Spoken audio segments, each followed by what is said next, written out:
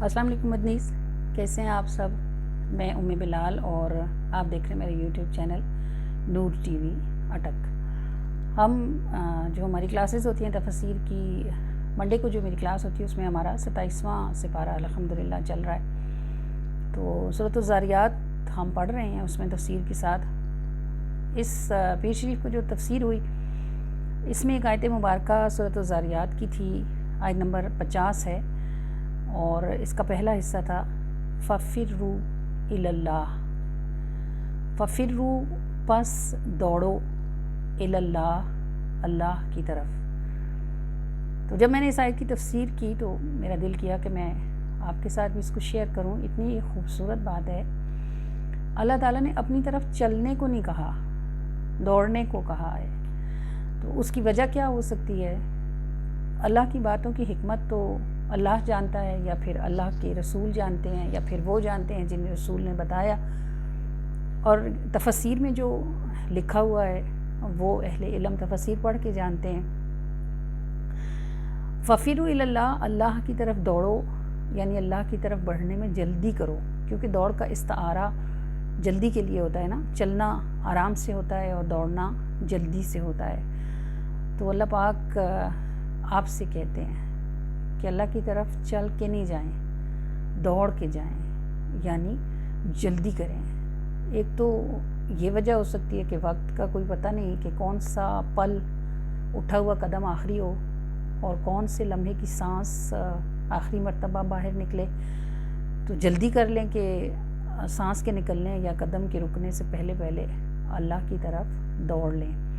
اور اللہ تعالیٰ اتنے مہربان ہیں کہ کوئی اللہ کی طرف دوڑنے کا صرف ارادہ ہی کرے، ابھی اس نے چلنا نہ شروع کیا ہو اور اس کا وقت ختم ہو جائے، تو اللہ تعالیٰ فرشتوں سے فرماتے ہیں کہ میرے بندے نے میری طرف آنے کا ارادہ تو کیا تھا، اگر اس کو وقت ملتا تو یہ میری طرف ضرور آ جاتا۔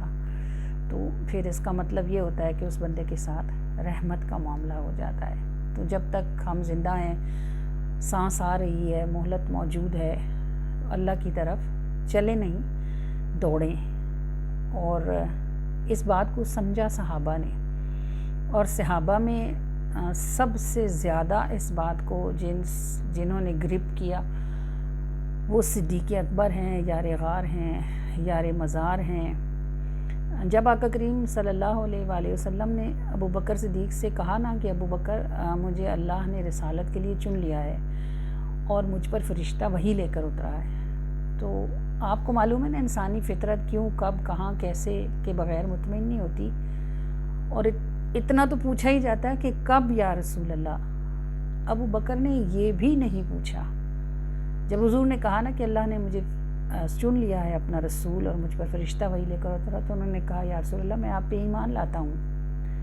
فَفِرُّوا إِلَى اللَّهِ، ایک لمحے کی دیر بھی نہ کی انہوں نے اللہ کی طرف جانے والے راستے کو پکڑنے میں۔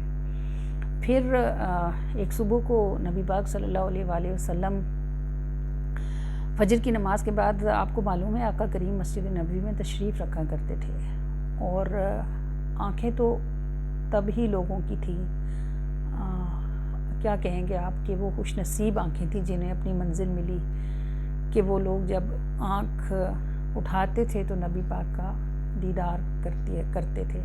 میں سمجھتی ہوں اس زمانے میں لوگ فجر کے لیے بصد شوق نکلتے ہوں گے، رات پتہ نہیں کیسے گزارتے ہوں گے، اور صبح صبح شوق میں نکلتے ہوں گے کہ جائیں اور رسول اللہ کا چہرہ دیکھیں۔ تو میرے بہرحال آقا کریم صلی اللہ علیہ وسلم مسجد میں تشریف فرما ہوتے تھے، مسجد نبوی میں، اور وہاں ہر طرح کی بات ہوتی تھی، مشورے بھی ہوتے تھے، معاشرتی معاملات بھی ڈسکس ہوتے تھے۔ یہ فجر کے بعد کی بات ہوتی تھی، سورج کے اٹھنے سے کے وقت سے پہلے آقا کریم صحابہ سے خواب بھی پوچھا کرتے تھے، تعبیریں بھی دیا کرتے تھے۔ تو ایک دن صبح آپ صلی اللہ علیہ وسلم نے نماز کے بعد صحابہ سے پوچھا کہ آج روزہ کس کا ہے؟ تو عمر کہنے لگے او عمر آج تو مارا گیا۔ کہتے میرا ارادہ تھا میں روزہ رکھوں، لیکن پھر میں نے سوچا کل رکھ لوں گا۔ تو ابو بکر صدیق نے ہاتھ کھڑا کیا، تو عمر کہتے ہیں مجھے بڑا رشک آیا اور میں نے اپنے آپ سے کہا کاش عمر تو رکھ ہی لیتا۔ تو پھر نبی پاک صلی اللہ علیہ وآلہ وسلم نے پوچھا کہ ابھی آج خیرات کس نے کی؟ تو سب صحابہ کی نظریں ابو بکر صدیق کی طرف اٹھیں، اور ابو بکر صدیق یس پلیز تھے، لبیک تھے، ان کا ہاتھ پھر کھڑا ہو گیا۔ پھر میرے آقا نے اپنے یار غار کی طرف دیکھا اور آپ مسکرائے، اور آپ نے پھر لوگوں کی طرف دیکھا اور پوچھا یہ بتاؤ کہ آج عیادت کس نے کی ہے؟ تو سب صحابہ کہتے ہیں کہ حضور پوچھ رہے تھے اور ہم ابو بکر کو دیکھ رہے تھے، کیونکہ ہمیں پتہ تھا کہ ابو بکر ہی ہیں جو حضور کے سوالوں کو یس کریں گے، لبیک کریں گے۔ کہتے ہیں پھر بھی ابو بکر نے ہاتھ کھڑا کیا تو آقا کریم صلی اللہ علیہ وآلہ وسلم مسکرائے اور آپ نے کہا کہ اے ابو بکر، ابھی تو دن شروع ہوا ہے اور تو نے اتنی ساری نیکیاں ابھی کیسے کر لی؟ تو ابو بکر صدیق نے کہا کہ یا رسول اللہ، میں نے اپنی زوجہ سے کہا کہ مجھے روزے کے لیے سحری بنا کر دیں، تو وہ جب سحری تیار کر رہی تھی تو دروازے پر ایک فقیر آ گیا، تو میں نے زوجہ سے کہا کہ میرے ساتھ اس کے لیے بھی روٹی بناؤ، تو میں نے اس کو خیرات کر دی، اور جب میں فجر کے لیے نکلا تو میں تھوڑا پہلے نکلا کیونکہ مجھے پتہ تھا کہ عبد الرحمن بن عوف بیمار ہیں، تو میں نے سوچا کہ میں نماز پڑھنے جانے سے پہلے ان کی عیادت کرتا جاؤں۔ تو یہ ایک تو یہ بات کہ جو صبح اٹھتا ہے بہت سی خیر اس کا مقدر ہوتی ہے، اللہ تعالیٰ ہمیں نصیب کرے۔ ہمارے یہاں تو اب صبح کا اٹھنا ایک محال سا کام ہو گیا ہے، کچھ زندگی کی سیٹنگ ایسی ہو گئی ہے کہ رات لیٹ ہو جاتے ہیں اور صبح اٹھتے جو ہے وہ لوگوں کو آدھا دن گزر جاتا ہے۔ تو ابو بکر صدیق ففروا الی اللہ کو سمجھ چکے تھے، رات ہوتی، سویر ہوتی، دن ہوتا، شام ہوتی، ابو بکر نیکی میں پیچھے نہیں رہتے، چلتے نہیں تھے، دوڑتے تھے۔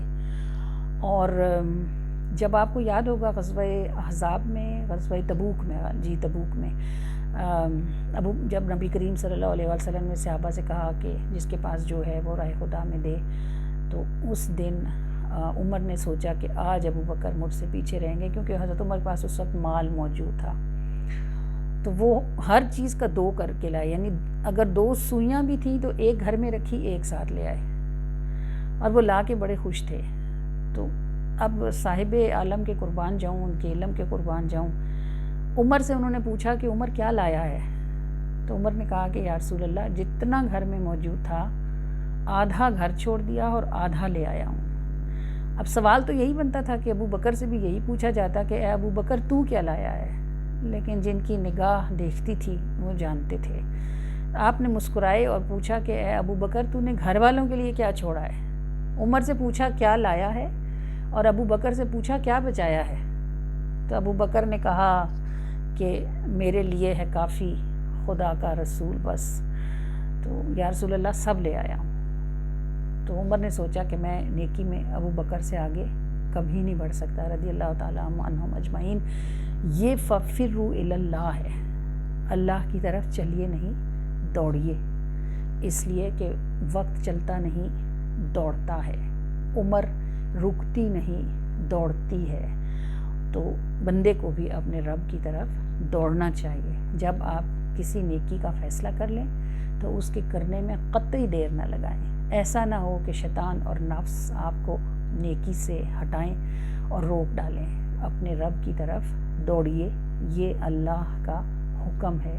اس نے ایمان والوں کو چلنے کے لیے نہیں کہا، اس نے کہا ہے میری طرف دوڑو۔ یہ سورۃ الزاریات کی آیت نمبر 50 کا پہلا حصہ ہے اور یہ 27ویں سپارے کے بالکل آغاز میں ہے۔ آپ اس کو ضرور دیکھیے گا۔ آپ کو اس میں سے کوئی بات سمجھ آتی ہو، نہ سمجھ آتی ہو تو مجھ سے رابطہ کیجیے گا۔ میں کوشش تو کرتی ہوں کہ میں تفسیر کو بہت آسان کروں تاکہ میرے سننے والوں کو بہت اچھی طرح سمجھ آئے۔ اللہ کریم ہمیں قرآن کو یاد رکھنے، سمجھنے، عمل کرنے اور پھیلانے کی توفیق اور سعادت عطا فرمائے۔ وما علیہ الا البلاغ المبین۔ السلام علیکم ورحمۃ اللہ۔